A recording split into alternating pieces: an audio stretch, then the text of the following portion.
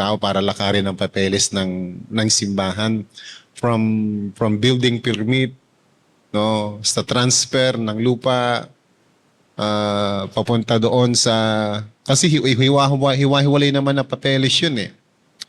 Una nating ginawa na siya din ang naglakad na may mga kasama din siya doon, no. So just ang purya na hindi kay si Sir Bet ay yung pag-transfer ng title. No. Pag pinalakad mo yan, mahal din. Paglakad ng building permit, no, although pinalakad natin yon, no, and then ngayon naman ay pagbabayad ng almiryar, pagta-transfer ng pangalan from the old hanggang sa atin. Ngayon naman ay paglalakad para ma-exempt tayo sa tax declaration ng building, ang tax declaration ng lupa. Ang lupa, kahit religious sect po yan, may tax yan. Pero ang building, it could be exempt kapag religious group ang gumagamit. But kailangan maraming patunayan. So kasi kung hindi matatax exempt ang simbahan, malaki po ang babayaran natin yearly. It's more on 40,000, ganyan something. Depende dun sa halaga ng building. So, pag kwinenta po itong halaga ng building natin, 4 million po pataas ito. Yun po yung katotohanan, no? Actually, pag kinikwento ko nga ito, I think, huwag mong isasama ang labor cost. Nasa 5 million hanggang 6 million po ang halaga na nito eh. Pag sinama mo pa ang labor cost, baka umabot siya ng 10 million kasi yun yung halaga ng 50-50 po yan eh. Kung magkano yung halaga ng cost ng labor, 50% ng building, ng materials, 50% nun ang halaga ng labor cost. No? Yan, pwede akong itama ng mga civil engineer natin dito at ng mga contractor. No, yun talaga siya, no. Yung iba nga 60 na 60%. Kaya pinagpapasalamat natin sa Panginoon yung provision niya and favor niya, no, na alam niyo yun na tayo bilang isang iglesia ng Panginoon, no, kahit na ang ibang mga tao ay hindi sila affiliated sa atin, no, ay nirerespeto nila, no, yung pananampalataya na meron tayo. And then, nung nakaraan nga po, pinalakad ko din yung jeep na nandiyan para ma-drop yung linya. Hinihingian po ko ng 40,000 palakad po yun. So, jeep lang po yun, ha? So, ibig sabihin, hindi madali, no, yung ating ginagalawan. Sa likod ng pagiging buo nito, ay merong mga ilang bagay na nakatago sa literal nating mata na kailangan palang ayusin at pagtulong-tulungan. Amen? Palakpakan natin ang Panginoon. At let's all be excited, no? Dahil malapit na po ang ating first first founding anniversary, no, ng City Word Family Church Incorporated na gaganapin sa December 28 dito po. So meron ng siguradong mga 30 na kapatid na darating, no, from Bicol. But I know from them na ito ay madadagdagan, no, maybe umabot sila ng 40 hanggang 50 na bibiyahe papunta rito. So every other year po yan, kung ngayon ay 2025, next other year naman, that's the 2027, tayo naman po ang pupunta ng Ligao. So paghandaan nyo na po yun. After ng December, 2 taon tayo maghahanda para paghandaan yung budget natin pupunta ng Ligao. Amen. Siguro yung iba sa inyo meron ng sasariling sasakyan yan after 2 years. Amen. Hallelujah. Sino nagkiklaim? Yan. Maniwala po kayo. Bakit? Ang pananampalataya natin hindi nakabase sa kung ano ang kaya mo. Dahil ang pananampalataya natin ay nakabase sa kung ano ang kaya ng Diyos. Amen. Dahil itong simbahan na ito, itong building na ito, ay nangyari hindi dahil sa kung ano ang meron tayo. Dahil ito na-realize, nakabaat na ibase sa kung ano ang gagawin at pinagagawa ng Diyos sa iglesyang ito. Kaya isinama ka ng Diyos sa pamilyang ito kasi bahagi ka sa pagkukumpuni, sa paghahanda, sa pag-aayos ng mga bagay na, alam niyo yun, gagawin ng Diyos in preparation for the future. Amen? Kaya pag tinignan nyo mga kapatid, no, ini-establish tayo ng Panginoon sa lugaring ito. Bakit? Pinalaya tayo sa pangungupahan para mas lalo tayong manganak. Amen? Bigyan ko lang kayo ng konting report ha. Ang City Ward Tuburan ay pa-okay na sila ng pa-okay ngayon, parami na ng parami, halos kasing dami na rin natin sila kapag ka nagkakatipon-tipon nabubuo. At ang City Ward Tinampo ay dumadami na rin po sila, no, at sila na rin ang namamahala, no, nag-iisip no kung paano nila pagagandahin, patatakbuhin ang ating church sa City Ward Tinampo. At nag-exist na rin po ang City Ward Pistola. Mga kapatid, meron tayong City Ward Pistola. Although doon ay parang yung luma natin na simbahan, mas maganda pa nga yung ating Upper Kilingan na may bubuong na yero. Yung ating pistola ay tinatrapalan pa lang po ngayon. Pero magsisimula na sila ng pagsamba. Yung ating City Ward Pili ay nagsisimula na rin. Once or twice a month silang nagpupunta roon, no, as a church. Ngayon po ay loobin ng Panginoon na mag-materialize na ibigay na nung nangako na developer yung isang 400 square meter sa Barangay Layon, Ligaw City. No, yun din ay tatayuan natin ng simbahan. At meron akong kinausap na taga-Ligaw na magpapastor doon at hindi niya itinanggi. Ngayon, sinabihan ko din yung ilang elder natin sa Ligaw na yung pingit na matagal nang tinatrabaho ay pasimulan na at lagyan na rin ng isang simbahan at ang mag-asawang Pisaga ay pinapagamit nila yung maliit na bahagi ng kanilang lupa para pagtayuan ng simbahan. So ilan na siya? Bilangin nyo nga po. City Ward Tuburan, City Ward Tinampo, City Ward Pistola, City Ward Fili, City Ward Pinit, City Ward Layon. 6 na po, yung 2 ay ipinanganganak na. Kasi naipaglihi na po siya, ipanganganak na lang yan. So merong magiging 6 na no, ang magkakapatid na City Ward. Okay? Dito sa Antipolo, may City Ward Emerald, may City Ward Upper Kilingan. Ngayon, ipinapanganak na ang City Ward Paupawan. No, ewan ko kung sasalubungin itong mga to ang ulan mamayang hapon. No? Oo daw, sabi ni Pastora Jess. Wala na kayo magagawa. Umuuna si Pastor Jess. Yun ay kung oo si Pastor Johnny. Kasi si Pastor Johnny ang may sasakyan. Mahirap naman maglakad o lumipad itong team. Nag-meeting na po sila nung last Friday dito sa Kapihan at pinag-usapan na nila yung gagawin nila sa pagpapasimula ng panibagong simbahan sa Paupawan. Pero pinagpe-pray natin na one day, yung iniwan na simbahang malaki doon na sira, ay ipagkatiwala kay City Ward. Amen? Lagi ko kasi tinitingnan yun noon na I'm praying, na kasi sabi ko kukulang, kulang yung equipping, sayang yung mga pastor. Nag-pray ako noon na sabi ko, Lord, isang araw i-affiliate mo ito sa amin. Yun yung prayer ko noon, okay? Kaya lang yung pamamaraan ng Diyos, iba eh. Kayo pala may kasalanan, pastor eh. Yung pamamaraan ng Diyos, kailangan mo ng, wag magkaroon ng issue sa City Ward. Pagdating sa sa kalooban ng Panginoon. Kaya tayo gagalaw sa Paupawan, hindi para panghimasukan yung gawain nung existed ko na JBM. Kaya ang advice ko sa Team Paupawan, wala kayong kukuning miyembro doon.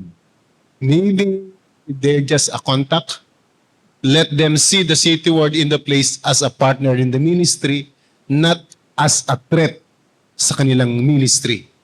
Hindi dapat magkaroon ng maling relasyon itong dalawang simbahan na ito. Kasi magkapatid yan. Amen. Yun yung ating tinatayuan na hindi magiging dahilan si City Ward para sumira no ng isang iglesia, maybe to partner with. Kaya nga, mga kapatid, ito yung direction ng Panginoon sa atin. So para mangyari yun ng buong buo, may establish yung nanay na nandirito sa lugaring ito. Ito kasi yung nanay. Amen? Kung saan ka nakatungtong ngayon, yun yung nanay ni City Word. Amen? So hindi pwedeng may problema si nanay. Hindi problema yung bumubuo kay nanay ay may mga issue rin. Hindi pwede yung nagpapatatag at nagtataguyod kay nanay ay nagbabaliwala at hindi rin lumalalim sa pananampalataya. Hindi mangyayari yon yung kalooban ng Panginoon. Kaya mga kapatid, no?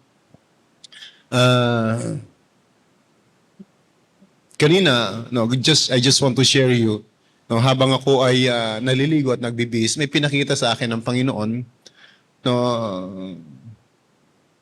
pinakita niya sa akin si Sapphira at saka si Ananias.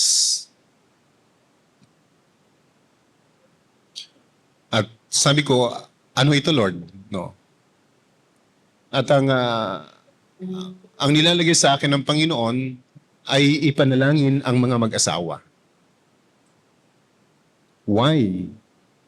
Because in the life of Sapphira and Ananias, naniniwala po ako kasi isa lang naman dun ang nagkamaroon ng pagkakamali ng kaisipan eh. Pero dahil sila ay mag-asawa, nakumbinsi nung asawa, yung kanyang asawa, na ganito ang gawin. Yung pananaw, yung espiritong umiiral, ay nailalapit doon sa isang asawa niya.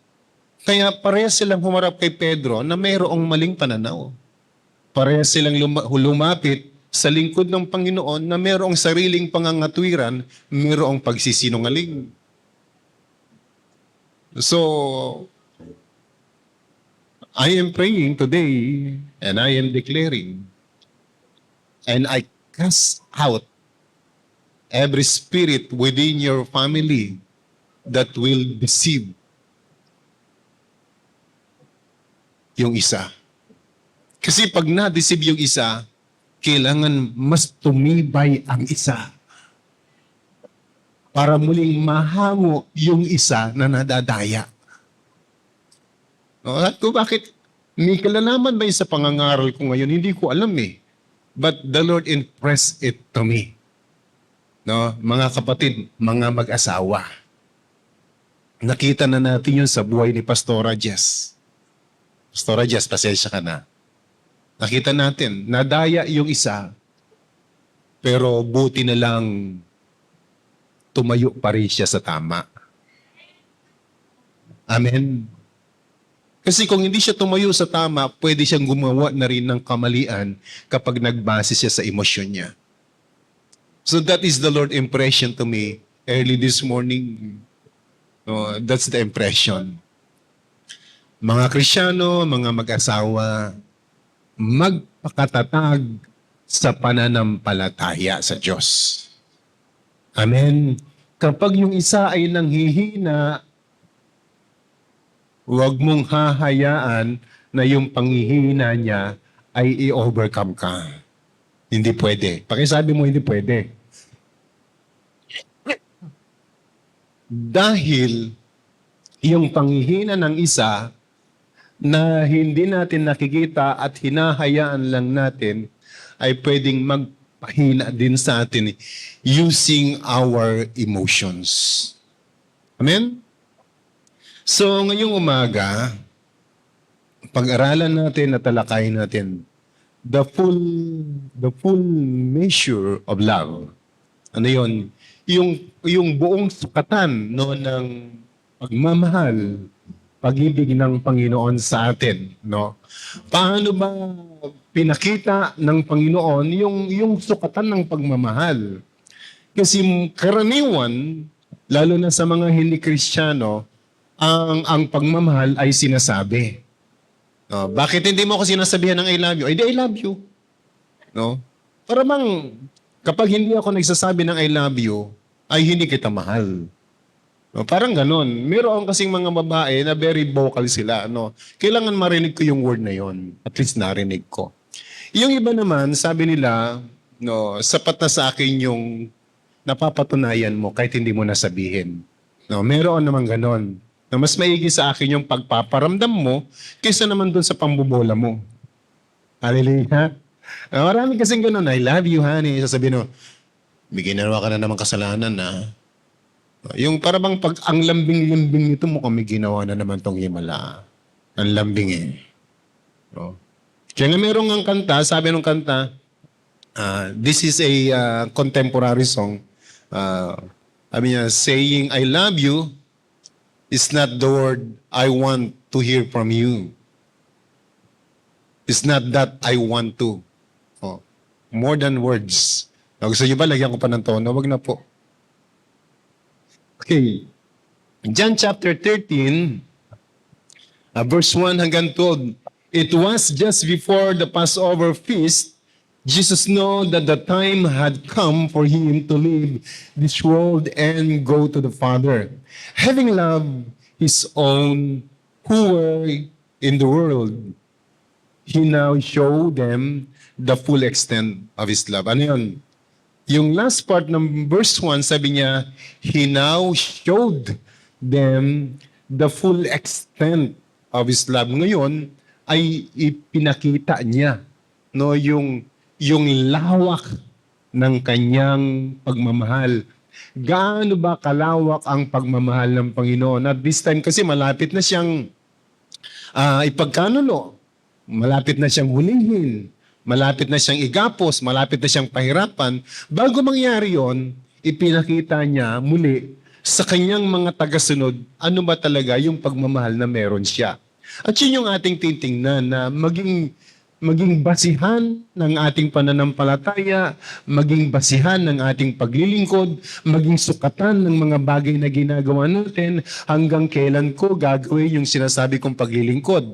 No, pakitanong mo yung katabi mo, hanggang kailan ka maglilingkod sa Panginoon? No. Hanggang kailan? At ano yung magiging basihan ko ng paglilingkod ko sa Panginoon? Sabi ng iba, hanggat kaya ko pa. Anong ibig sabihin na hanggat kaya mo pa? Yung iba kasi hanggat buhay pa siya. Yung iba naman hanggat hindi siya busy. Kasi pag busy na siya, hindi na siya maglilingkod. Is that how we measure? Is that the extent of our love to the Lord? Yung ba yung pamantayan, yung ba yung hangganan ng ating pagmamahal na nakikita kasi yan sa paglilingkod natin sa Kanya. Yung iba naman, pagka wala akong problema, maglilingkod ako sa Panginoon. Pag may problema ako, ay hindi mo na ako maglilingkod. Nagkakaroon ng iba't ibang basihan. No, kapag naibibigyan ng Diyos sa akin yung hinihiling ko, paglilingkuran ko siya. Pero pag hindi mo na ako maglilingkod. Para pag ginagawang na jukebox yung Panginoon, no, na kailangan may hulog, tutunog. No? Kaya hindi ako tutunog, Panginoon, kapag hindi mo ko hinhulugan. No? Parang ganun, tutunog lang ako, hulugan mo ko ng 5. No? Ano ka, jukebox? No? Pakitanong mo yung katabi mo, jukebox ka ba? No? Na gagalaw ka lang kapag may 5. Diba? Hindi kasi ganun eh.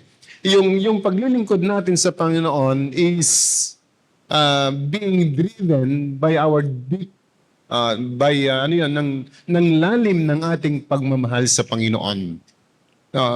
Pinaalala sa akin ng Panginoon yung isang awit na, alam niyo yun, nung nararamdaman ko yung calling na ito, no, every time na naririnig ko yung kanta na yon, no, ay napapaluha talaga ako. Yung hindi ko kayang tanggihan, no, although there were time na sabi ko ayoko kasi ang hirap magpastor.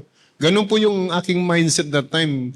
Kaya lang yung passion, no, pinalalaki ng Diyos, no? Elder po ako noon eh. Yung katabi mo, sabi mo, elder si pastor noon. Tingnan mo yung katabi mo.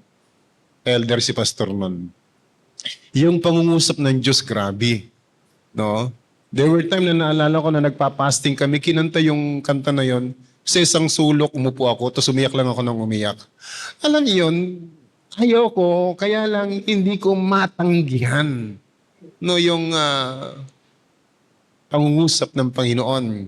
No, ano yung kanta na yon? Yung Deeper in Love. Ano yung Deeper in Love? Yan.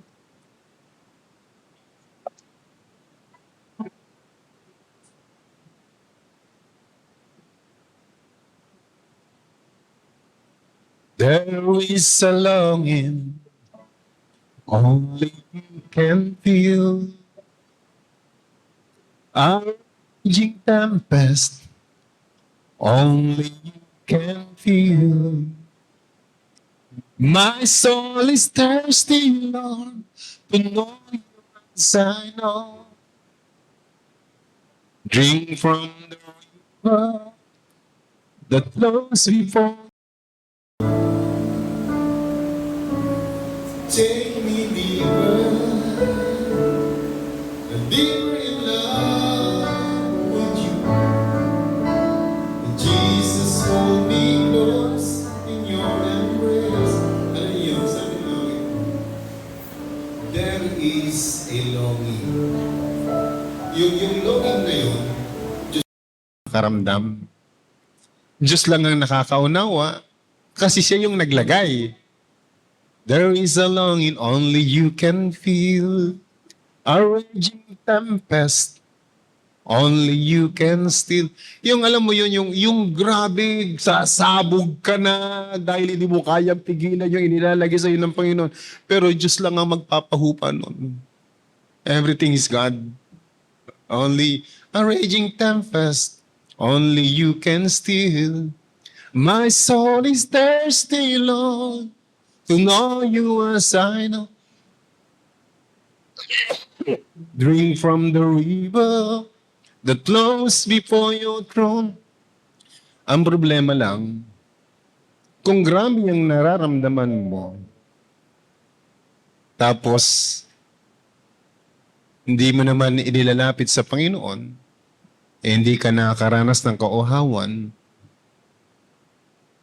mag-struggle ka lang. Pakisabi sa kadami mo, huwag mong hayaang mag-struggle ka. Yung pagnanasa na nandiyadyaan na nilalagay sa iyo ng Panginoon ay dapat mapunuhan ng kapangyarihan ng presensya ng Diyos. My soul is thirsty, Lord, to know you as I know. Drink from the river that flows before your throne. Meron kasi tayong kailangan na sometimes akala natin yun na. Ano yun? Yung nasisinghot mong hangin, malaya yan. Libreng hangin yan. Pero hindi lahat ng hangin na nasisinghot mo, yun yung tamang hangin na para sa'yo. Amen? Dito, maganda pa ang hangin. Maayos pa yung ayon, fresh pa. Pag pumunta ka ng Maynila, hindi yun yung tamang hangin na kailangan mo. Why? Kasi yung nasa Maynila, polluted air na. Pero pag umakyat ka ng Antipolo, may ayon pa siya, maganda pa siya, fresh pa siya. So there are kind of air. Tingnan mo ba, nung si Brother Vic ay naghahanap ng oxygen, meron namang oxygen sa kanila. Kaya lang pang-isda yun. Parehas lang naman yung laman, pwede rin naman sa tao. Kaya lang ang problema, hindi filterized. Kailangan kasi medical oxygen. Although pwede sana yon for emergency. Kaya lang hindi siya pure. Hindi siya malinis na hangin. Kasi nga pang-isda siya. Sa buhay natin, no, habang ginugusto natin na magpagamit sa Panginoon, hindi pwedeng yung mga bagay na gusto lamang natin ang pangyarihin natin. Kundi doon tayo sa gusto ng Diyos. Hindi pwedeng yung pamamaraan lang din natin ang gagalawan natin o susundin natin. Dapat doon tayo sa pamamaraan ng Panginoon. Amen po? Marami tayong dinidesire. Some of us, sabi ng iba, gusto ko rin maging leader. But isip ka muna. Yung pagnanasa mo na gusto mo maging leader, sigurado ka ba dyan? Sigurado ka ba doon sa presyo ng pagiging leader? We need to pay the price. Gusto ko maging leader, may katumbas yung pagiging leader. Ano yun? Hindi yung yabang, hindi yung galing, merong katumbas yun. It's not It's not just your skill. Merong unang bagay na dapat kong malugaran. Gusto kong paglingkuran ng Panginoon in a general sense. Lord, gusto kitang paglingkuran. Sigurado ka? Pakitanong mo yung katabi mo, sigurado ka ba sa ginagawa mo ngayon? Meron ba dito hindi naglilingkod sa Panginoon? Taas nga ang kamay. Alam niyo po, to tell you and frankly speaking, walang Kristiyano na hindi naglilingkod sa Diyos. Dapat lahat ng born again naglilingkod sa Panginoon. Amen? Anong may katabi mo? Born again ka ba? Sa lahat ng Kristiyano, naglilingkod sa Panginoon. That's why the Lord gave us a different gifts. Meron tayong iba't ibang kaloob. So doon sa kaloob na yon, doon ka mag-function. Ang problema, ready ka ba dyan sa salitang paglilingkod? Paano mo inahanda yung kamalayan mo? Paano mo inahanda yung puso mo? Paano mo inahanda yung physical na pangangatawan mo? No? Especially yung emotion mo. As yung iba sa atin, we aspire leader. Hindi mo alam yung leader, puntahan ng sisian. Naniniwala ba kayo? Yung leader, puntahan ng sisi. Ikaw ang sisisihin sa lahat ng pagkukulang pagkakamali. No, kaya nga ako po alam ko marami nang nanisi sa akin Alam yon. But I need to go on. Kailangan kong matuto sa Panginoon. Nang sa gayon, yung bawat nahahakbang ko ay nakaayon sa kalooban ng Panginoon, hindi man ma-please o matuwa ang karamihan, at least natutuwa ang Diyos sa ginagawa ko. Amen. Hindi man matuwa ang marami sa mga bagay na ginagawa mo, ang mahalaga natutuwa ang Diyos sa ginagawa mo. Amen. Yun po yung mahalaga. Because because God plus you is a majority. Kung kasama mo ang Panginoon, kapatid, wala kang ipangangamba. Kasi God alone is majority. Nandoon ka pa. So you and God is a majority. Kahit maraming hindi nakasama, maraming against you, kapatid, kasama mo ang Diyos. So, paano natin ilulugar yung ating sarili? In regard sa salitang, Lord, gusto kitang paglingkuran ng buong buo, ng buong pag-ibig, tingnan natin, paano niya ba ipinakita sa atin? No? Yung sukatan, ano yung sukatan na ipinakita niya? Gaano kalawak, hanggang saan niya ipinakita? No, yung salitang pagmamahal, o sa atin naman ay paglilingkod. Sa verse 1, sabi niya rito, it was just before the Passover feast, Jesus knew that the time had come for Him to leave this world and to go to the Father. Ito na yung panahon na yun na yung kapanahunan na alam niyang malapit na siya, no, at babalik na siya sa Panginoon. Kasi yan yung panahon din na yan ay malapit na yung pista ng the Feast of the Passover. Doon din siya mamamatay. Yung araw ng linggo, Feast of the Passover din yun Kaya sabi niya doon, having loved His own who were in the world, He now showed them the full extent of His love. So ano yun? Dito ay ipinakita niya, no, sa kanyang mga alagad kung gaano kalawak, no, kung ano ang sukatan ng salitang pagmamahal, no, para kay Jesus. Makita rin natin dito, pag sinabi mong mahal kita kapatid, ano ang basihan mo? When we say I love you, Brother Fred, hanggang kailan ko mamahalin si Brother Fred? Sa panahon na nag-iika po siya, yes. Sa panahon na aktibo siya sa simbahan, yes. Sa panahon na nagagampanan niya ang gabanan niya bilang mga manggagawa, yes. Sa panahon na bumabalentong siya, ay hindi na. Is that the measure of our love sa isa't isa? So pag ganon, hindi natin nakukuha, naiintindihan yung genuinity ng love na ipinapakita ng Panginoon. Because the full measure of love ng ating Panginoon, it represent love and action. Ano yun? Yung salitang pagmamahal ay hindi lamang sinasabi, kundi yung salitang pagmamahal ay nakikita sa kilos at galaw. Amen? Pag sinabi mong mahal mo yung asawa mo, kahit sobrang dami na ng uban yan, hindi nagbabago yung pagmamahal. Ipakilingon nga yung asawa. No? O kaya ako po magtitina sana ako kagabi. Sabi ko hindi mo na ako magtitina para ngayong umaga makita mo na yung mga ubang ko. No, kasi lagi na ito nililingon eh. No, especially ni Pastora, tinitingnan na yung ubang ko, maging ng iba sa inyo. No, pero sa panahon na marami ng kulubot, no, yung especially yung mga lalaki, pag marami na bang kulubot yung mukha ng inyong mga asawang babae, no, at wala na doon siya dati niyang hugis, parehas pa ba yung pagmamahal mo? O para bang pag tumaba ka, subukan mo lang tumaba, no, maghahanap ako. May ganun ba? Yun ba yung sakatan ng pagmamahal mo? Nasa hugis ng asawa mo? No. Pag lumaki yung tiyan mo, sa mga lalaki naman, sabi ng babae, pag palaki mo yung tiyan mo, bahala ka. O, hindi kita tatabihan.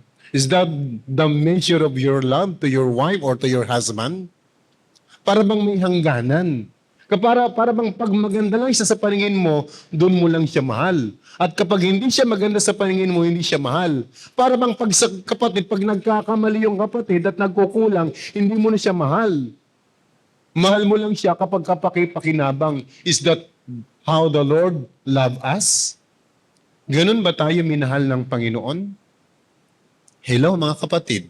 Pakisagot nga ito sa ating sarili.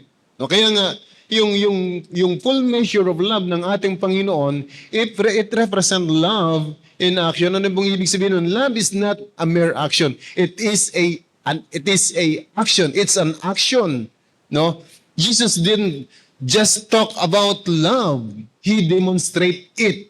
Hindi lang ito pinag-usapan, hindi lang ito itinuro ng Panginoon, kundi ipinakita din ng Panginoon ano ba yung pagmamahal. There's no greater love than this. There's no greater love than this, that a man would give his life for a friend. There's no higher sacrifice that a man would give his life. You have paid a precious price. Po, nakakita ako ng ano yung kanta na Still? Sinakanta ng, nakakalam ng kanta ng Still? Yung Still? Alam niyo yun? Ano yung tono ng Still? Alam niyo yun, worship team?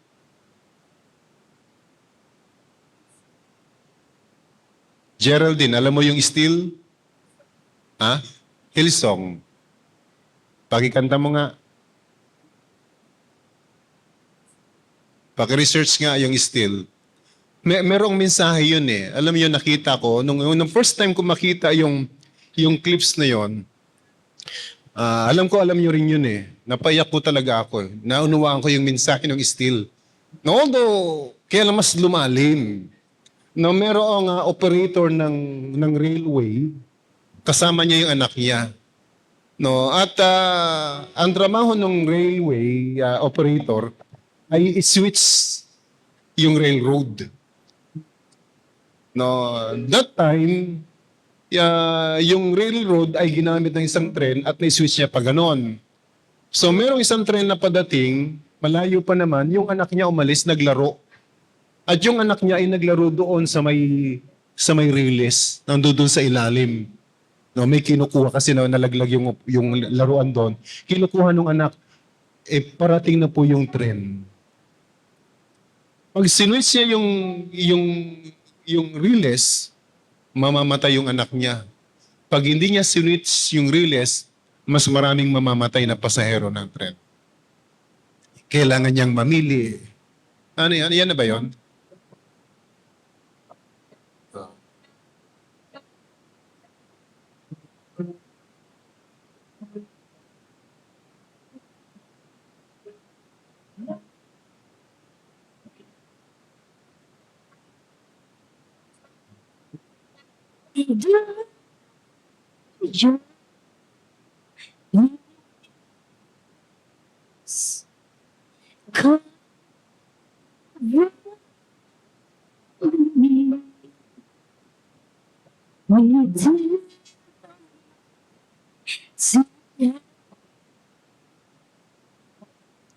Kaya, alam nyo, yung operator na yon, that time, yung anak ko ba o yung pasahero ng tren?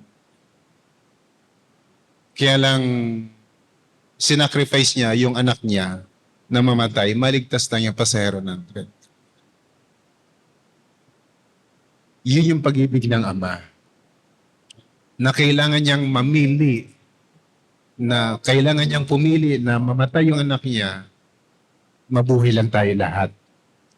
That's the extent and the measure of love. Yung love na sinasabi ng Ama is love in action. Yung mga Kristiyano na nagmamahal sa Panginoon, yung sinasabi niyang pagmamahal is also a love in action. Amen. We sacrifice our time for God's name. Amen. Yung iba sa inyo, minsan nga, para bang ipapahinga na lang, ibibigay pa para sa Panginoon. Yung iba hindi ito maunawaan. Alam niyo yun? Hindi ito maunawaan. At meron din akong nabasa, isang OFW, nalungkot lang ako. No, sabi niya, OFW ako, no, sabi niya ganon,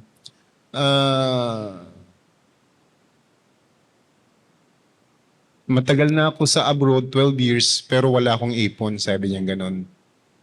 Kasi, pagkatapos siyang ipadala sa pamilya niya, yung malaking bahagi ng sweldo niya, tapos nag-iikapos daw siya doon sa church na kinabibilangan niya sa ibang bansa. Pagkatapos nun, wala nang natitira sa kanya. Ewan ko kung nabasa niyo yun. And para bang lumalabas doon ay nasisisi yung simbahan kasi wala siyang ipon na matagal na siya nag-a-abroad. Kaya marami nag-comment doon sa kanya na hindi yun ang sukatan ng pagbibigay. No, hindi rin pwedeng sisihin ng simbahan na wala kang ipon. Kasi ikaw ang may hawak ng pera mo. Kanina po, habang nag-offering tayo, no, bumunot ako ng aking tithes and offering. Para bang pagbunot ko, although yun naman lagi ang average, para bang gusto mong pagmalaki yung tithes and offering mo eh. Lalo na pag malaki, pag puro kulay blue. Parang gusto mo, bago mo isobre, makita mo na ng marami. Ay, may ganyang damdamin minsan eh. No? Pero ang rebuke, huwag mong ipagmayabang yung isang bagay na isinusuli mo lang naman. Alam niyo yun? That's the rebuke eh. Nagyayabang ka, hindi naman iyo yung hawak mo.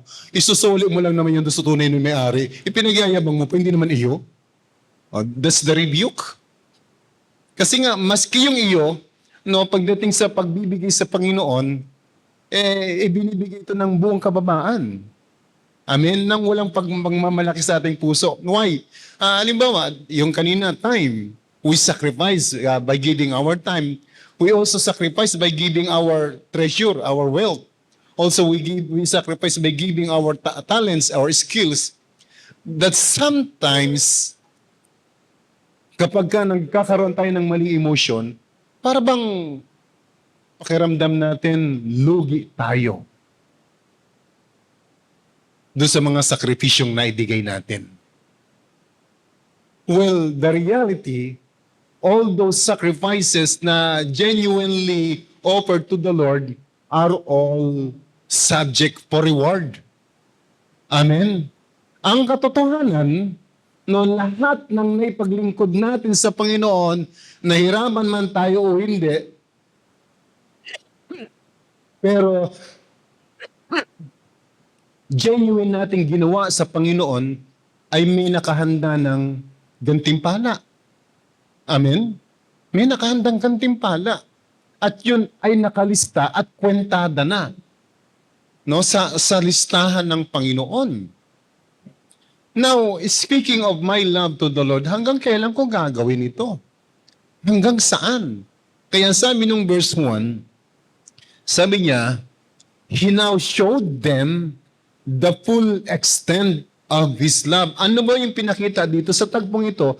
Paano ba pinakita ng Panginoon yung sakatan, yung lawak, o yung hangganan ng kanyang pagmamahal? Kaya sabi dito, He served Judas too. Ano yun?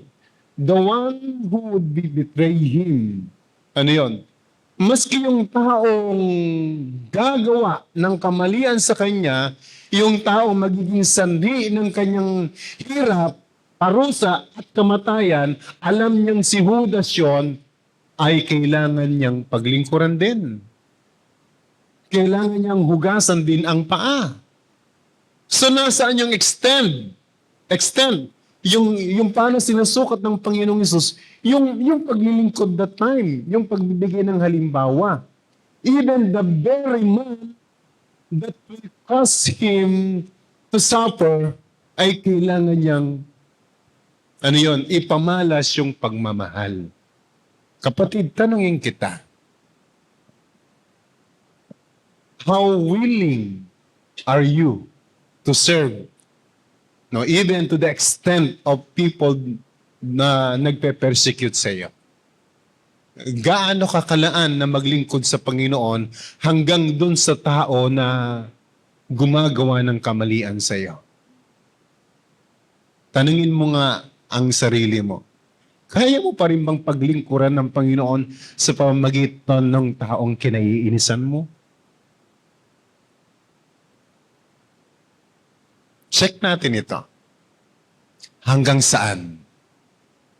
Naiinis ako dito sa kapatid mo na yan, ha? No. Minsan nga, kapatid pa lang natin, kasamahan pa lang natin sa simbahan, nalilimitahan na tayo. Ayaw kong kasama sa ministry yan. Pero gusto mo maglingkod. Hello? Diba? Gusto natin paglingkuran ng Panginoon, pero namimili tayo ng tao. Na pag yun ang kasama, ay ayoko. Ayoko sa ministry na yan. Gusto ko ibang ministry. Bakit? Dito, at least kasundo ko sila lahat. Is that how the Lord showed His love for us? Is that how the Lord showed His service? Kasi nga kahit si Judas na magiging sanhi ng kanyang kamatayan, hinugasan niya yung paa. Amen? Kaya mo bang maghugas ng paa ng taong walang ginawa kundi awayin ka? Pakitanong mo nga yung katabi mo, kaya mo? This is a rebuke to all of us. Ito ay pagtutuwid. Amen. Ito ay pagpapaalala na ang paglilingkod ay hindi lamang sa mga kaibigan natin, maging sa mga taong hindi naniniwala sa atin.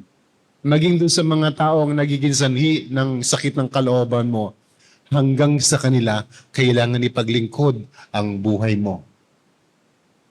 Amen? Alam nyo, ayaw ko nanonood sila doon.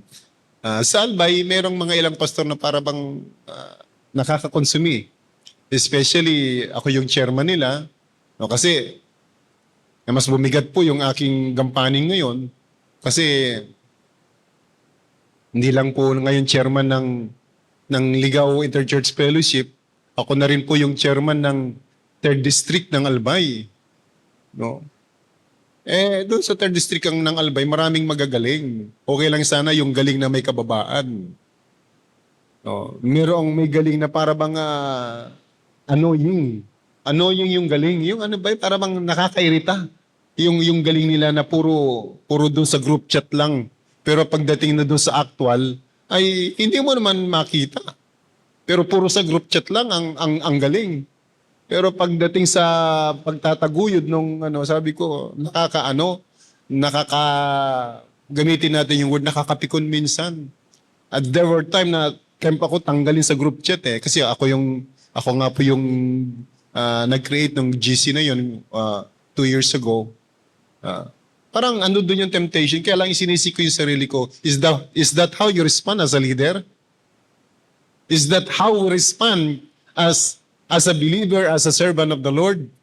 No, na para bang pagka may annoying diyan ay huwag ka diyan o kaya alisin mo yung annoying. Hindi mo alam, doon ka pala itinatama ng Panginoon. Doon ka pala hinahumble ng Panginoon. No, yung preaching ko, ako yung unang tinatamaan. Amen? Ako yung una. Ako yung unang nire-rebuke. Bakit? May ganun ako ng dami ng mga nakaraan sa usapin ng mga pastor. Kasi annoying nga yung isa. No, ang daming, ano yun? Kaya-elect pa lang ng mga officer, gusto niya agad, ilatag na agad yung mga plano. Sabi ko, kaya-elect pa lang namin, Lord. Hindi pa nga kami nag-uumpisa ng meeting. Merong isang, ilatag yun na kasi ganyan. Sabi ko, oh Lord, oh my God. No? Parang ganon. Gusto mong gumawa na lang ng pananalita para tumigil na. Pero sa pagkakataong ito, the extent of God's love is not just on teaching or mere word. Yung extent ng pagmamahal ng Panginoon, even to the very person na gagawa ng isang bagay na ikapapahamak ng Panginoon, even Judas ay hinugasan ng Panginoon. Kapatid, paalala, kapag may mga pagkakataon na itinuturo ka na maglingkod doon sa tao na parang ayaw mo, go on. Gawin mo. Bakit? Kaya tinuturo ng Diyos doon sa tao na yon, hindi para ayusin yung tao na yon, kundi para ayusin ka. Amen? Akala natin kasi minsan, kung bakit tayo dinadala ng Diyos doon sa tao na yon na may problema, para ayusin yung tao na may problema. Hindi natin namamalayan kung bakit dinadirect tayo o nililid tayo o ginagad tayo ng Panginoon doon sa tao na yon, hindi para yung tao na yon ang ayusin, kundi para tayo ang ayusin at itama. Amen po. Maging malawak yung pananaw natin, na it's not about them. Kapag may dinidiri sa atin ng Panginoon in regards to brethren o ibang tao, tayo ang unang kinakausap ng Panginoon. Tayo ang unang inaayos ng Lord. Amen? Sabi yung huling tagpo ng devotion ng worship team, yung huling part, ano yung huling part? Stop pleading. Start worshiping. That is humility. Para bang what ang naunawaan ko doon, kasi minsan parang ang gagaling natin, ang galing kong kumanta, ang galing kong mag-keyboard, na yun ang nagiging front. Yun yung nakikita, yung galing at kakayanan ng team. But this time, stop it. Ang mailagay sa unahan, yung genuine na pagsamba. That's what I understand. Hindi naman isinasantabi yung galing, kailangan yan, pero ang dapat ang makita at maranasan ng kabuuan ay yung pagsambang totoo. Amen. Sa atin din, yung salitang paglilingkod at pagmamahal, matutunan natin ito una sa ating mga sarili, hindi para sa iba, para sa akin muna. Amen po. Kaya, it represents love in action. Real love kneels even before the one who may hurt you. Real love, yung totoong pagmamahal, ay lumuluhod, nagpapakababa kahit doon sa mga taong sinasaktan ka. Kaya mong magpakababa, ay hindi, sila humingi ng sorry. Hindi naman ako yung nagkamali . Sila dapat ang makipag-ayos. Sila dapat ang pumunta. Ba't ako pupunta sa kanila? Wala naman akong kailangan sa kanila. Yun yung pangangatwiran ng marami. Pero ang tanong ko, tama ba yung pangangatwiran na yun? Is that expression is godly? Maka-Diyos ba yung pangangatwiran na ganon? Kung ganon ang pangangatwiran, sana hindi na bumaba ang Panginoon.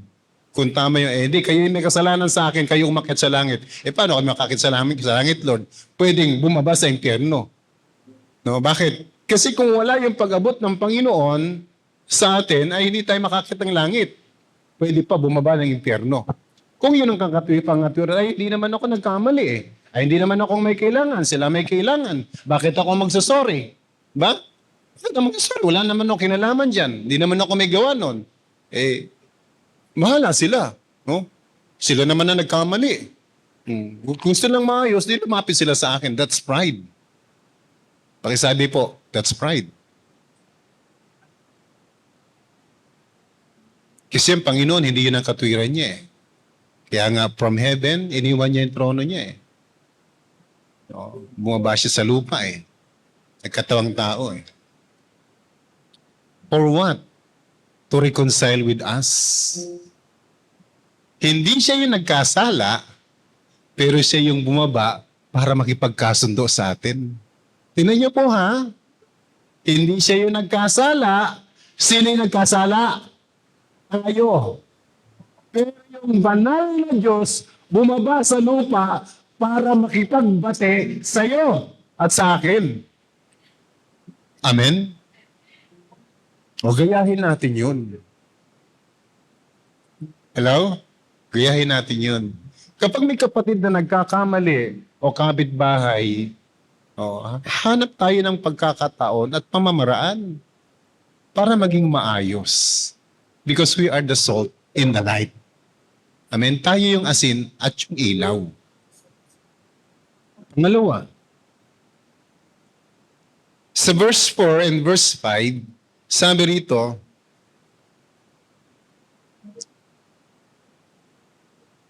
verse 3 hanggang verse 5, Jesus knew that the Father had put all things under His power and that He had come from God and was returning to God. Verse 4, so He got up from meal, took off his outer clothing, and wrapped a towel around his waist. After that, he poured the water into a basin and began to wash his disciples' feet, drying them with a towel that was wrapped around him. Ano ginawa ng Panginoon? Kumakain sila eh. Kumakain sila. Ang ginawa ng Panginoon, tumayo siya. Maniwan niya yung pagkain niya, tumayo siya. Tapos pagtayo niya, hinubad niya yung balabal niya.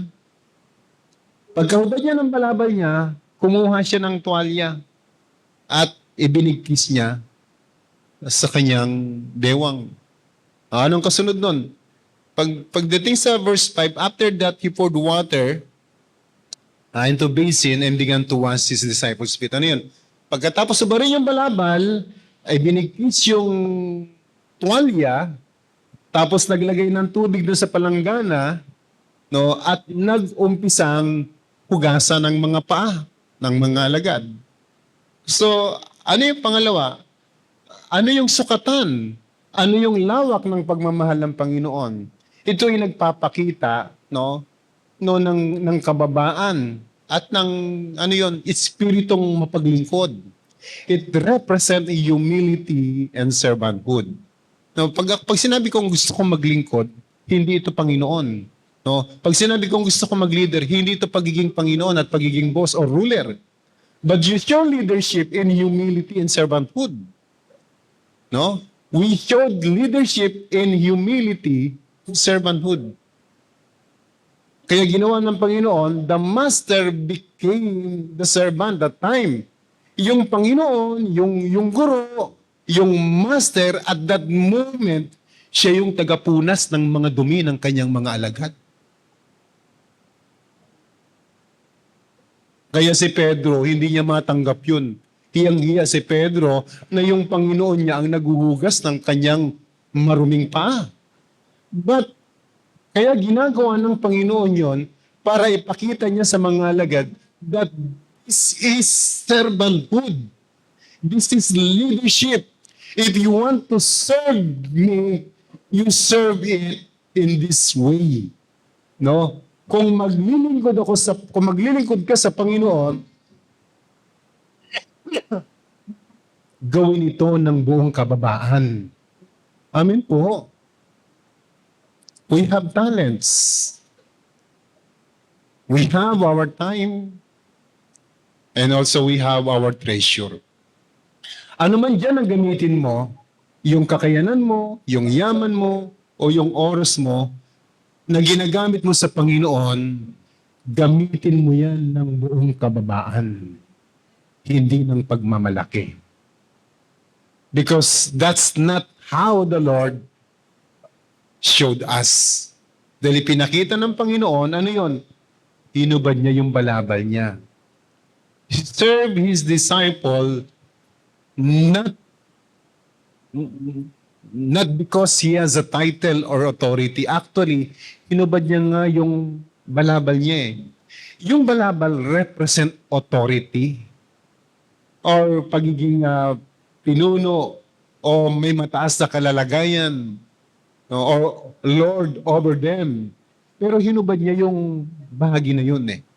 Merong isang bagay siyang hinubad at meron siyang isang bagay na kinuha at itinali. Ano yan? Uubarin ko lahat ng titulo ko at kukuha ko ng isang bagay na mag-fit sa akin upang ipaglingkod ko sa iba. We serve God not because of our titles, capability, or extra time. We serve God because we want to serve Him genuinely. Amen? Kaya kita, Lord, pinaglilingkuran, hindi dahil magaling ako. Lord, kaya kita pinaglilingkuran kasi pinarami mo ang pera ko. Lord, kaya kita pinaglilingkuran kasi ang haba pa ng buhay ko eh. Hindi ganon. Lord, kaya kita pinaglilingkuran kasi ikaw ang Panginoon ko at karapat dapat na bigyan ng paglilingkod. Amen? So, yung extent, yung measure ng pagmamahal ng Panginoon, ipinakita niya through humility and servanthood. The master became the servant. Alam niyo, greatness in God's kingdom comes through humility. Gusto mong dakilain ka ng marami? Magpakababa ka sa harapan ng Diyos. Ilabas mo lahat ng galing mo. Ilabas mo lahat ng kaya mong gawin. Pero habang ginagawa mo yan, may kasamang kababaan. Hindi ng pagmamayabang. Amen? Marami kang nadalang kaluluwa sa Panginoon. Praise God. Pero hindi dapat ipinagmamalaki ng puso mo yun. Na marami akong nadalang kaluluwa. O kaya dapat ganito sila. O hindi ba nila nakikita yun? No? Nang dahil sa akin, natayo itong lugar na ito. Nang dahil sa akin, nabili yung lugar na yon. Nang dahil sa akin ay naabot namin yon. Alisin natin yung word na nang dahil sa akin. Palitan natin ng dahil sa pag-ibig ng Diyos. Nang dahil sa biyaya ng Diyos. Nang dahil sa kagandahang loob ng Panginoon, nangyari ang mga bagay nito. Amen. Hallelujah. It represents humility and servanthood. Through servanthood or through leadership begins with not ruling. Saan nagsisimula? Sa pagpapakababa, sa pagluhod, sa harapan ng Diyos at sa harapan ng maraming tao. Nagtaka yung mga alagad habang sila ay nagpakaupo sa lapag kasi that time wala namang upuan katulad ng upuan natin. At that time, ang ugali ay Greek. At kapag ang Greek ay kumakain, all of them are naka-incline sa sahig. Ganyan sila kumain. Katulad ng araw. Diba? Nung wala naman tayong mga lamesa sa sahig, ganyan tayo kumain. Abutan ko pa yan eh. No, kasi nung araw, may silong ang bahay, tapos tabla. Kumakain kami doon sa tabla o kakainan. Lalapag ng nanay ko yung pagkain dyan. Kakain kami, nakaganon lang. No, ganon. Yung Greek, ganun. Kaya nung panahon na yon, kung ang mga alagad ay nakasalampak sa sahig, paano hinugasan ng Panginoon ang paa nila? Isipin nyo. O, tumayo ka, iangat mo sa akin yung paa mo. Hindi eh. Ang Panginoon, para mahugasan niya yung paa ng mga alagad, no, ay kailangan niyang lumuhod. Biro mo yung master, naghuhugas ng paa ng kanyang mga tagasunod, nakaluhod, nakasubsob. Pinakita niya rito yung kababaan ng paglilingkod. Also, in the same thing, that's how we should love and serve God through brethren. Diba? Hindi naman natin direkta napapaglingkuran ng Panginoon sa langit. Pero napapaglingkuran natin siya sa pamamagitan ng paglilingkod natin sa bawat isa. Amen? Hindi yung direkta, Lord, ikaw lang kasi gusto kong paglingkuran. Bumaba ka rito, o akyat mo ko dyan sa langit. Hindi ganun eh. Amen? Yung pag binisita mo yung kapatid mo, ang binibisita mo yung Panginoon. Kapag niyayakap mo, inuunawa mo, nakikipag-ayos ka sa kapatid mo, no, binibisita mo, inuunawa mo, yung Panginoon mismo na gumagawa sa buhay mo. Amen? Nagsasakripisyo ka sa kapakanan ng kapatid mo, nagsasakripisyo ka para sa pangalan ng Panginoon. Eh kung literal lang na para sa inyo, ay wag na lang. Kung wala ang Panginoon. Bakit? Mangangarap na lang ako, magtatrabaho ako, magpapakayaman ako. Bakit naman ako magpapakahirap para sa inyo kung wala ang Panginoon? Tama po ba? Ganyan din ang katulad nyo. Eh, bakit ano ako mabili pa ng oras dyan? Sayang lang oras ko dyan. Magninegosyo kung magninegosyo. At least yayaman pa kami. Kung wala ang Panginoon. Pero dahil nandiyan dyan ang Panginoon, gagawin ko ito para sa iyo kapatid dahil sa Panginoon. So, ibig sabihin, yung paglilingkod ko, hindi nakabase kung matino o hindi yung kapatid. Nakabase yung paglilingkod ko dahil sa pag-ibig ng Diyos na humihingi sa akin at dapat dumaloy sa iyo. Amen po. Hallelujah. Naunawaan na natin. No, na hindi nakabase, kapag yung kapatid ko ay balentong o tuwid. Kapag balentong siya, ay huwag muna. Ayusin mo muna sarili mo. Kapatid ka nga eh. Ano pang silbi ng pagiging kapatid mo? Pupunta ka sa kanya kapag tama na siya. Ay, hindi ka na kailangan, tama na siya eh. Tama po ba? Pupunta ka sa kapatid, maayos naman yung kapatid. Hindi kanya kailangan, maayos siya. Kailan kanya masigit na kailangan? Kapag hindi siya maayos. Amen?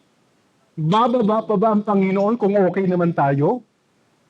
Hindi ba? Okay naman tayo, mapupunta naman sa langit. Sasalubungin na lang tayo ng Diyos sa langit. Pero bakit kailangan niyang bumaba? Hindi ka kasi tayo okay. Hallelujah. Hindi ka pupunta sa kapatid mo para makipag-chika. Natural lang yon. Pero kapatid, baka naman pwedeng puntahan mo siya sa panahon na hindi siya maayos. Baka hindi ako tanggapin, pastor eh. Okay lang. At least nagpadama ka, nagparamdam ka. Hallelujah. Amen po, mga kapatid. Hindi ko po kasi kayang bisitahin kayo lahat. Pero kayong mga leader, mga pastor, mga elder, mga deacon, mga ministry head, kaya yung gampanan yung ibang gagampanan ko. Amen po ba?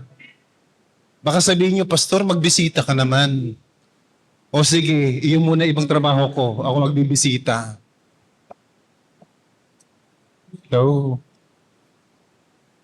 kapatid, magmahalan tayo ng totoo. Yun naman yung katabi mo. Yun totoong pagmamahal. Ano yung totoong pagmahal? Kahit na nagkakamali ako, pwede bang mahalin mo pa rin ako? Hello?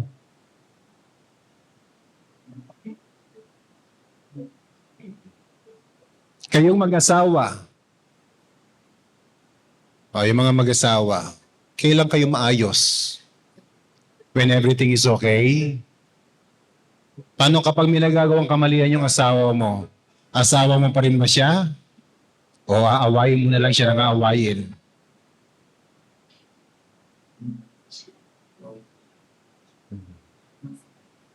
Is that how you love your partner? O nagpapakaasawa ka sa kanya sa panahon na mas lalo kanyang kailangan? Tinan mo nga yung asawa mo. Ang layo nyo kasi sa mga asawa nyo eh. Baka pwede namang maglapit kayo tabihan sa mga asawa nyo. Magkakilala ba kayo? Yung ibang babae nandito, nasa iglesia ba kayo ni Kristo? Mga lalaki nandun, mga babae nandito. Para tayo nasa iglesia ni Kristo eh. Let's measure our service. Hallelujah. It represents humility. Pag sinabi mong humility, willing kang masaktan. Willing kang mahirapan. That's humility. No, kahit na inaaway ka na, okay lang. Mahal pa rin kita kahit inaaway mo ako. Amen? Yung kasi yung tupa eh. Nakakita ba kayo ng tupa na tinatanggalan ng balahibo? Pag mo akong tanggalan ng balahibo, kahit na nahihirapan ako sa balahibo na yan, kaya di na makilos, huwag akong tanggalan. Hindi eh. Yung tupa na sinishare, tinatanggalan, gustong gusto niya yan. Bakit? After nito, gagaan ang buhay ko. Alam nila, papunta sila doon, kakatayin sila doon, pero diretso pa rin sila. Sabi ng pastol namin, doon kami. Eh, kakatayin na eh, sabi ng pastol namin eh. Yun yung natutunan ni Sister Beth, yung sumunod. Dati marami siyang parang hindi naman kasi, parang si pastor naman, parang ginuutos na naman ni pastor, parang hindi eh. Pero as times goes by, natutunan niya, kailangan ko lang talaga sumunod. Kasi makikita kayong himala at favor ng Panginoon. Sumunod lang ako. Kasi yun yung argument niya sa akin dati. Ay, Sister Beth, sumunod ka lang. Wala siya magawa. Pastor niya nagsabi, sunod siya. O nakita niya yung himala at favor ng Panginoon, alam mo sumusunod siya. Ang sikreto ko lang pala, sumunod sa sinasabi ng Panginoon. Amen. Yun lang yung sikreto. Alam niyo yung sikreto ng pastor niyo? Ang pagsunod at pagtitiwala sa Panginoon. Kaya lang ang tanong, paano ka makakasunod at pagtitiwala sa Panginoon kung hindi naririnig ng puso mo yung pangungusap ng Diyos? Kailangan marinig mo yung sensitibo. That's why, makita natin sa verse 4 and verse 5, sabi niya, ulitin natin, so he got up from the meal, tumayo, then took off his outer clothing, inalis yung balabal, kapatid, pakialas muna yung mga titulo, kung ano man yung tingin mo sa sarili mo, alisin muna yan, ha? No? Dito, naalala ko lang yung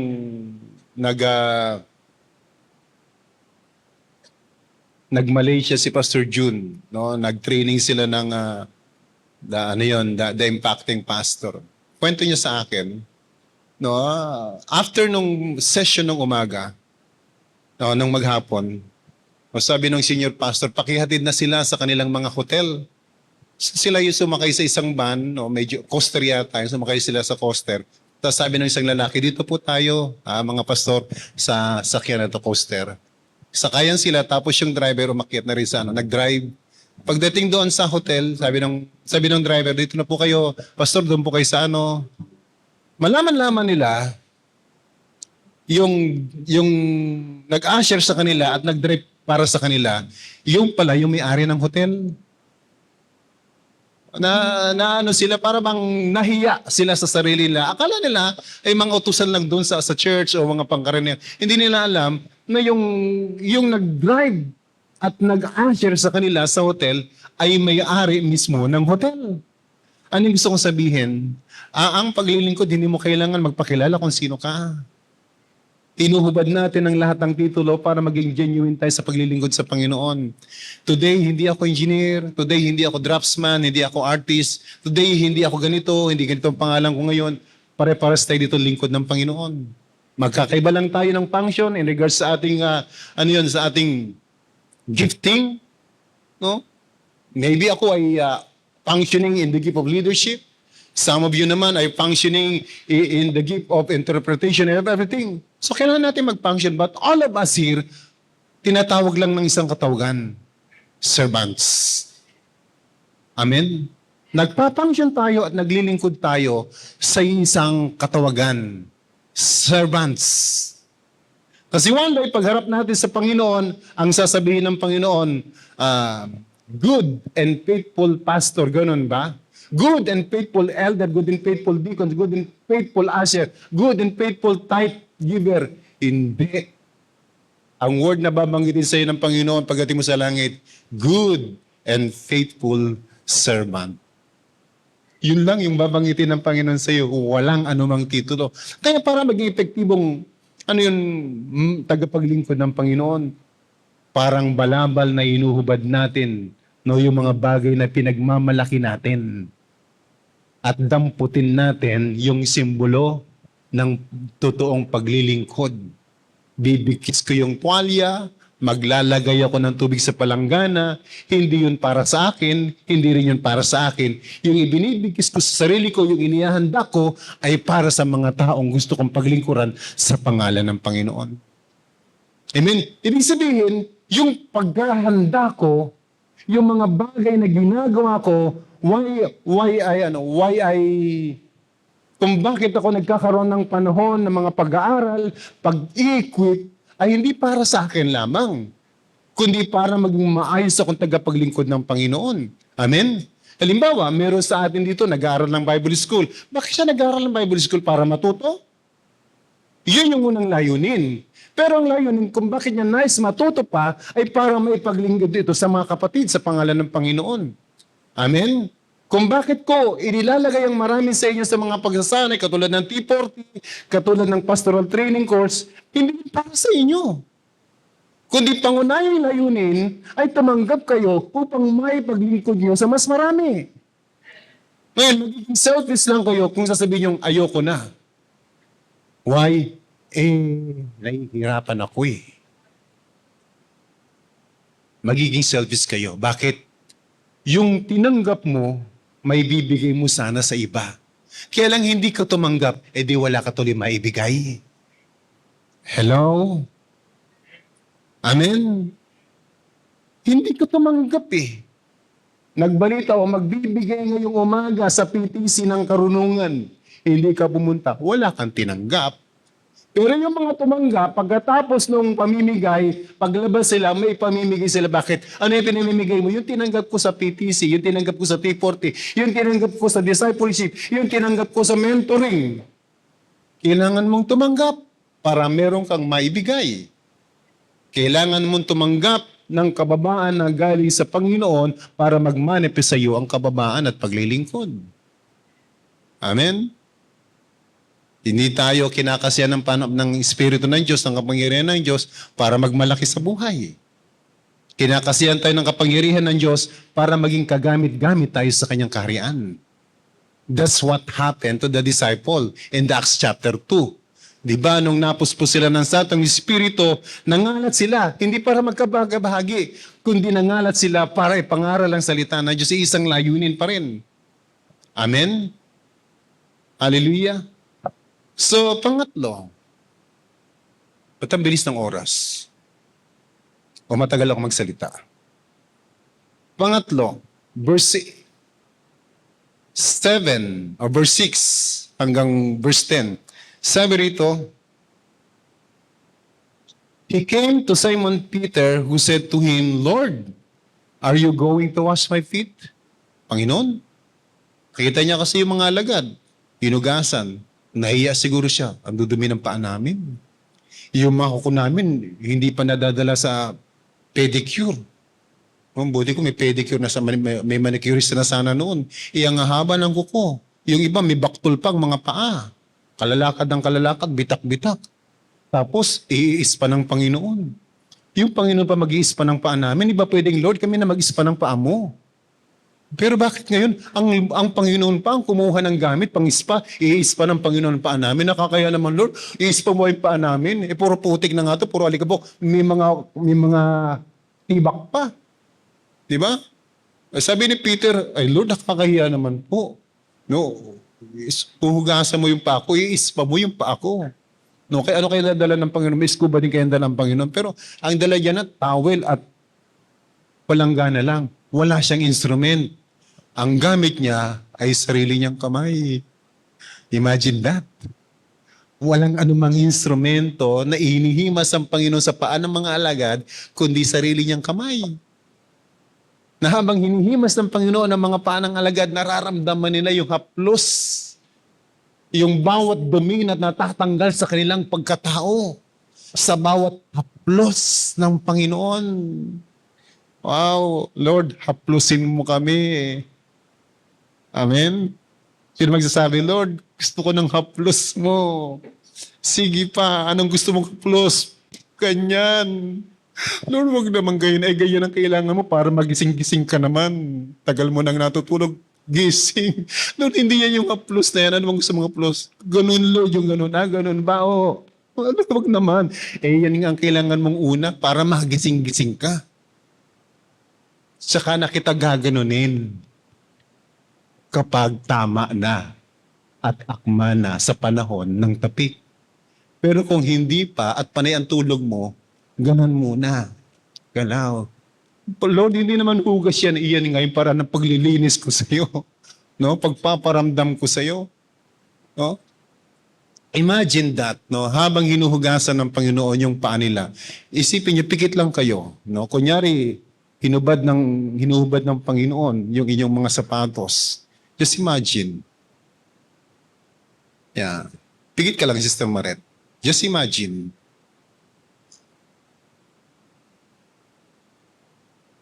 Yan. Imagine nyo lang, no? Ngayong napakaruming paa ninyo, re-represent ng pagkatao nyo, pinihimasan ng Panginoon at unti-unti niyan tinatanggal yung dumi ng bahagi ng pagka. Ano kayang gustong gawin ng Panginoon? Anong pinapakita at pinaparamdam sa atin ng Panginoon? Kaya pangatlo, it represents spiritual cleansing. Alam mo yun, hindi lang love in action, hindi lang niya pinapakita at pinapadama sa atin yung pagmamahal niya, hindi niya lang pinapakita kung paano maglingkod, kundi ito'y pinapakita, nagpapakita rin ng paglilinis na spiritual. Hindi lang ito, it's not about physical cleansing alone, but washing our heart. Ano yun? Hindi ito nagpapakita ng literal na paglilinis ng katawan, kundi hinuhugasan ng ating mga pusong marumi. Kailangan mabuhusan ng malinis na tubig at ang kamay ng Panginoon mismo ang maramdaman mong humahaplos yan. Not any instrument. No? Kaya sabi ko nga sa inyo, kung gusto nating makabawi at maging, ma-excite muli tayo na paglingkuran ng Panginoon, is not the busyness in the kingdom of God. Hindi yung isubsob natin yung ating sarili sa maraming gawain, kundi isubsob natin yung ating sarili doon sa presensya ng Panginoon. Because that is the place na muli tayong ibabangon ng Diyos. Hallelujah. Tandaan niyo kapatid, only Jesus can cleanse the dirt of our soul. Only Him. Kaya wag kang pumunta kung saan-saan. Wala kang ibang pupuntahan, wala tayong ibang pupuntahan, kundi Panginoong Hesus lamang. I pray and I declare, one day, muli mong maramdaman yung excitement sa kapangyarihan ng Diyos. There's some of you here are not excited. Where? To be in the presence of the Lord. Isa po yun sa impression ng Panginoon sa akin kaninang umaga. Habang maga po akong gumising, iba yung pakiramdam ko kahit na medyo puyat ka. Pero ibang pakiramdam ko, iba yung excitement ko. So ang ginawa ko, habang nag-aantay sa kanila, ay nagpatugtog ako, sumamba ako, nang bulahaw ako, nang gising ako. Pero yung pamumulahaw ko, nagpatugtog ako ng speaker na yung kanta ay, kay ganda ng araw, nagawa ng ating... Nilakasan ko yun. Tapos habang kinakanta ko yun, Umikot ako doon sa mga kwarto, binuksan ko, ginanong ko yung speaker. Kasi minsan, oy, bangon na, umaga na, magsisimba tayo. Nakakairita eh. No, pero, kay ganda ng araw. Pasok ko sa kwarto ni Ralph. Hoy, kuya, napakabuti ng Panginoon. Bangon na. Eh, di hindi nakaka-stress. Amen. Oh. So, pagkatapos ko noon, sumamba ako mag-isa, nagpuri ako, sabi ko, Lord, salamat. Pero ang impression ng Panginoon sa akin, ipinakita yung kapatid sa pananampalataya na one day, maranasan mo yung muling kasiglahan sa presensya ng Panginoon. Hallelujah. Alam nyo, ang totoo kasi, laman tayo ng simbahan, pero some of us are not excited anymore.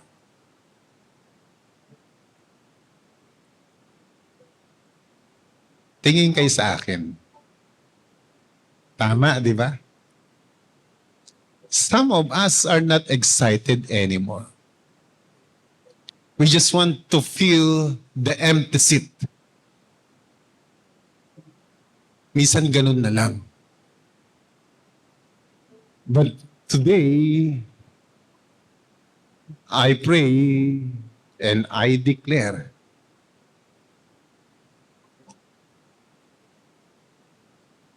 na minsan babalik tayo sa lugar kung saan natin mararanasan ang presensya ng Panginoon na mayroong kasigasigan at kasiglahan. Amen. Hallelujah. Hallelujah. Alam niyo, habang kumakanta kanina, yung hindi ko mapigilan mag-express ng kagalakan ko sa Panginoon habang tinitingnan ko sila. Sabi ko, Panginoon, salamat.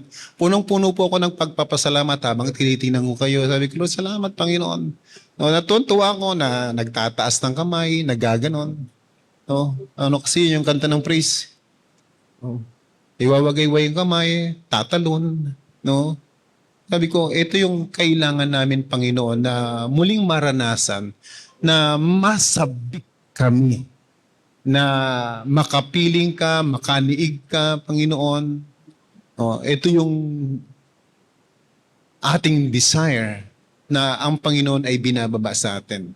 Kapatid, it's the reason why we came here, hindi dahil we obligate each other. Not because of our tradition and culture. Kung bakit tayo nagpupunta rito, dahil alam natin ito yung pinakamainam para sa Panginoon. Dahil alam natin ito yung isa sa mga bagay na ikinatutuwa ng Diyos. So kung ito yung ikinatutuwa ng Panginoon, I need to feel excited about this thing. Kapag ang isang bagay na gagawin ko sa Panginoon, alam kong ikatutuwa ng Diyos, ay dapat ma-excite ako yan. Dahil pag natuwa ang Panginoon, hindi niya inuutang yung katuwaan niya. Amen? Kapag natuwa ang Diyos sa pagsamba mo, hindi niya pipigilan ang ulan na para sa buhay mo. Yung ulan ng pagpapala. Yung favor in life. Nung last days ago, sabi ko, I declare na yung bagyo ay umakyat, lumihis, na hindi maglandfall sa Pilipinas. Nasa Bicol na po ang bagyo pero walang landfall sa Bicol. Natural, mararanasan mo yung ulan at hangin, pero walang landfall. Ano yun? Kasi yung salitang landfall, yung mata ng bagyo, tutungtong sa lupa, that is the landfall. Nandoon yung pinakamalakas na masalanta. Ang deklarasyon natin ay hindi maglandfall. Yun ang deklarasyon natin. Pero tinignan ko kagabi po, umangat siyang konti Sana Lord, magdire-diretso pag-angat niya at wala nang masalanta sa amin. But then again, maglandfall man siya o hindi, ang Diyos ay karapat-dapat paglingkuran at sambahin. Amen. Hallelujah.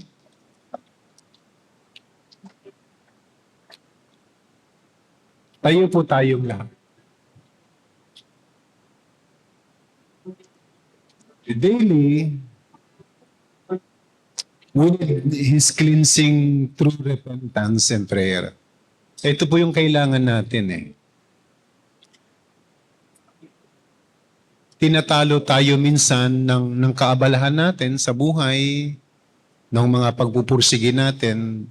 Kaya there were time or there were days ng ating buhay na hindi na tayo nakakaupo, hindi na tayo nakakaluhod, hindi na tayo nakakapagtanong sa Panginoon, no, na alam niyo yun, Lord, nagpapasiyasat po ako sa iyo, no? Sa mga nagagawa kong pagkakamali sa isip ko, sa mga pagpapabaya ko. There were time na di na natin nagawang humingi ng sorry sa Panginoon. Pero alam niyo bang daily, kailangan ng repentance? Alam niyo ba yon? Hindi, pinatawad ako ng Panginoon kahapon eh. Alam niyo, we need to remain humble before God. At alam naman natin, araw-araw ay nakakagawa tayo ng pagkakamali. Sino magsasabi ito na ako, pastor, minsan lang sa loob ng singlo, siguro mga 3. Sino magsasabi? Yung magreklamo ka nga lang sa sarili mo dahil di mo nagustuhan yung luto ng asawa mo, nagreklamo ka eh. Hindi sa ipagpasalamat mo, may provision ng Panginoon sa lamesa mo, nagreklamo ka pa. Ano ba itong luto mo? Ano ba itong pagkasaing mo? Lata naman, pinintasan mo pa. Hindi ba pagre-reklamo yun? Kailangan ihingi ng sorry sa Lord. Bakit? The Lord provided for you. Yung iba nga, naghahanap pa ng hihingi ng kakainin. Hihingin pa nila. Ikaw, meron ka na sa lamesa. Ang liit naman ng sinweldo ko ngayon. Ano ba tulog? Paano ko pagkakasya ito? Buti ka nga may sinesweldo eh. Yung iba, hihingin pa nila sa kalye para magkapera sila eh. Hallelujah. Araw-araw, kailangan kong humingi ng sorry sa Panginoon.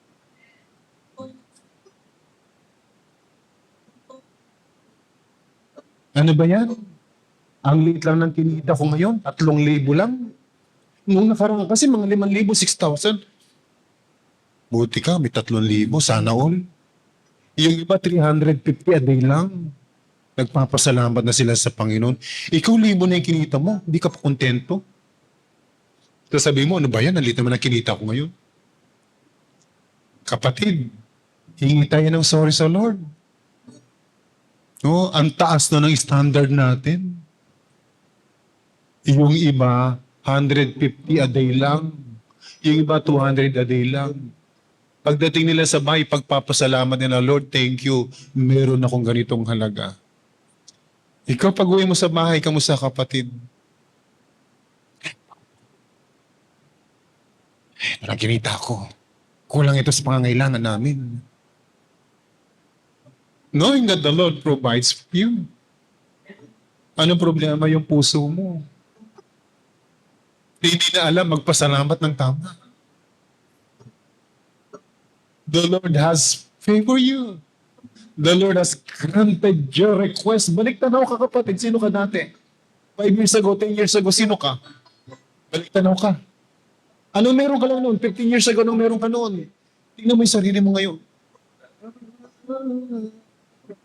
Wala ka bang dapat ipagpasalamat sa Panginoon?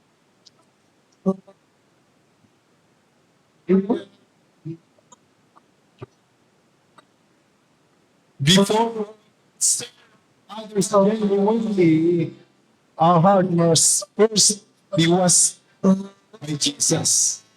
Kapatid, alam ko gusto mong paglingkuran ng totoong ng Diyos ng buong buo.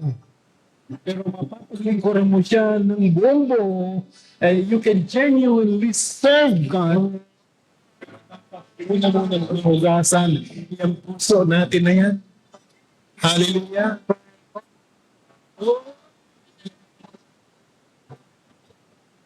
Tingin tayo ng tawad sa Panginoon.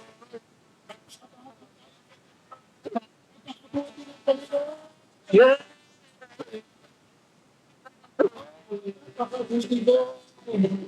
Kaya dapat ka.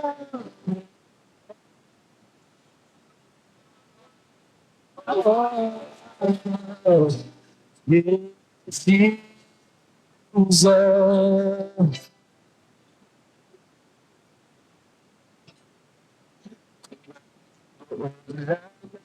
Sa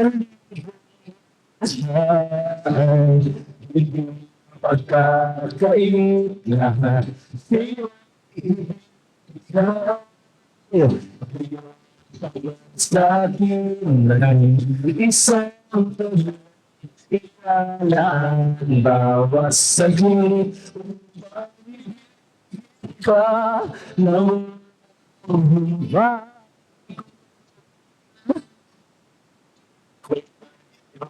lamang ako sa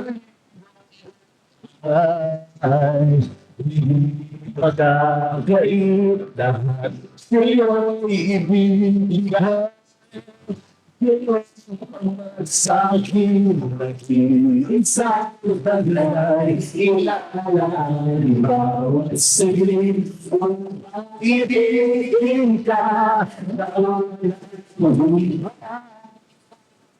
Kaya yung dapat na ibigin ka pa sa taglay sa kulay sa'yo nagmamahal sa ang pagkaw natatangin ikaw mahal ko ikaw ay sanay wagas na pagsinta kalakit lang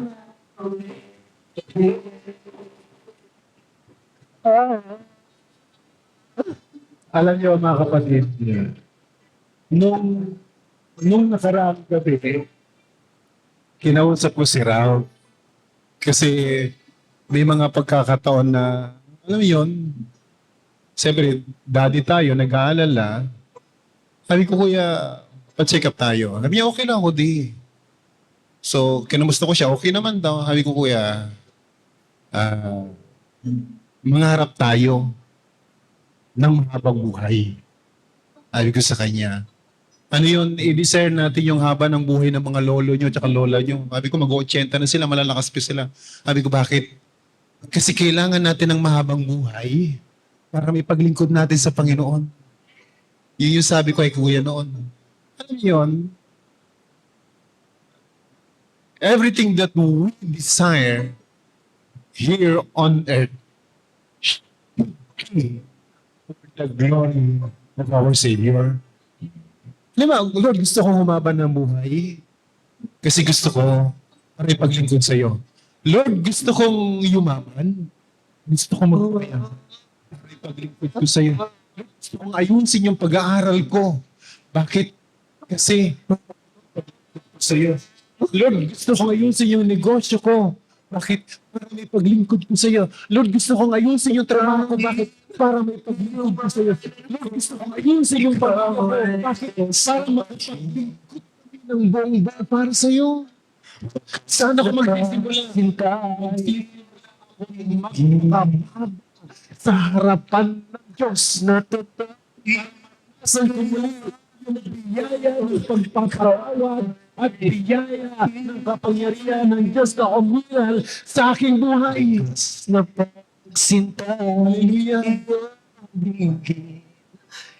Sabi nung amin,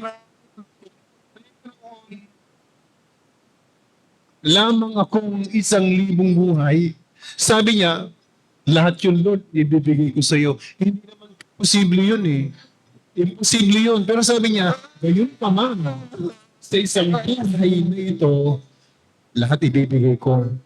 Kapatid, ilang taon pa ang gusto mong ilagdag sa iyo ng Panginoon? Sige po, name your years. Ako, Lord, hanggang 100, Lord, gusto ko yan. Kung hanggang 90, okay din yan, Lord. Pero kahit mga 85, Lord, pwede na rin. Bakit? Gusto ko, Lord, paglingkuran ka ng maayos. Kung may ka sa Diyos ngayon, na taon ng buhay mo, kapatid, isagad mo na. Isagad mo na para sa kaluwalhatian ng Diyos. Amen. Hallelujah. Oh, hallelujah. Oh. Yes, you are Jesus.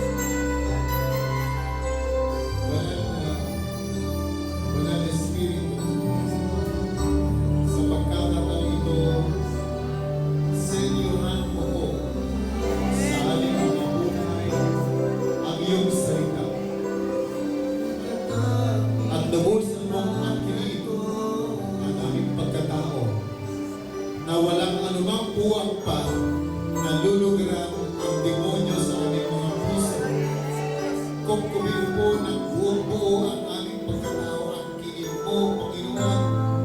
Ikaw na po, Panginoon, o Diyos, ang lubos na mamahala, ang lubos na umangkin sa aming buong pagkatao. Inaalisan namin sa umagang ito ng puwang, ng lugar, ng kapangyarihan, ang demonyo sa buhay namin bilang sa iglesia, maging sa mga kapatid namin na wala dito, nagtatalaga kami, nagdidigdara kami ng kalayaan sa lahat